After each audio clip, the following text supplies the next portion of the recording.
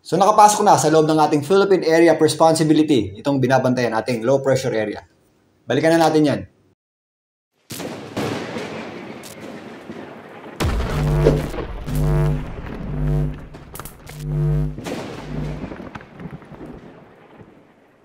Welcome po muli sa Philippine Weather Trivia. Again, para po sa mga bago sa channel na to, ako nga pala si Alvin Pura, isang meteorologist at ang inyong weather tito. So nasa loob na nga ng ating Philippine Area of Responsibility, itong binabantayan nating low pressure area. Sa kasalukuyan, yung kanyang gitna ng sirkulasyon ay medyo malapit pa sa ating boundary line. Pero kung titingnan nyo, itong ating satellite image, yung kanyang trough o extension ay nakakaabot na sa ilang bahagi ng ating landmass o kalupaan. Maliban sa ating amihan o northeast monsoon na nakaka-apekto dito sa hilagang bahagi ng Luzon at sa ating shear line, ito pong trough nitong binabantayan nating low pressure area ay umaabot naman dito sa area ng Visayas at Mindanao. Dahil po dyan, asahan pa rin po natin ang maulap na panahon at posibleng scattered o kalat-kalat na pag-ulan.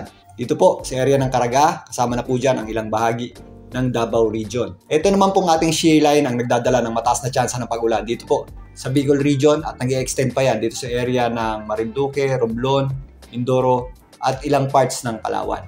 Samantalang ito namang ating amihan o northeast monsoon ay nagdadala ng maulap na panahon at posibleng mga mahinang pag-ulan dito sa ilang areas ng extreme northern Luzon. Kasama na po dyan ang portions ng Cagayan. Bukas naman, kasabay ng unti-unting paglapit nitong ating binabantayang low pressure area, makakadagdag po ito sa mga pag-ulang dulot ng ating shear line dito po sa katimugang bahagi ng ating bansa. Meron tayong mga posibleng malawakan o widespread na mga pag-ulan dito po sa eastern section ng Visayas, maging dito sa hilagang bahagi ng Caraga. Meron din tayong mga inaasahang scattered o kalat-kalat na pag-ulan dito po sa Bicol Region, natitirang bahagi ng Visayas at hilagang bahagi ng Mindanao. Kasama na po dyan ang natitirang bahagi ng Caraga.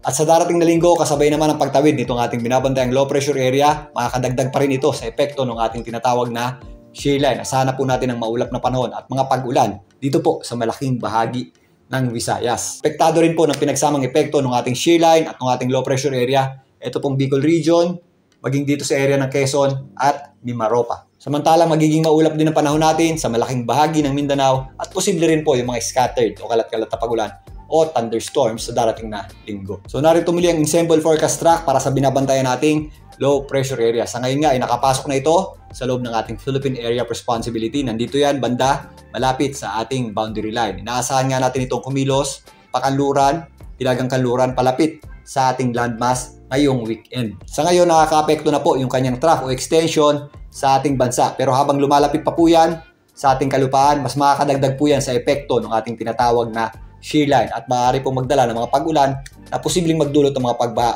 or landslides at flash floods ngayong darating na weekend sa katimugang bahagi ng ating bansa. Sa ngayon, medyo mababa po ang tsansa niyan maging bagyo. Posible po yung lumapit sa ating landmass as a low pressure area. May tsansa po itong malusaw or mag-dissipate habang nakikipagbanggaan sa ating amihan or northeast monsoon. Pero may possibility din po itong tumawid dito sa mga isla ng Visayas papunta sa West Philippine Sea.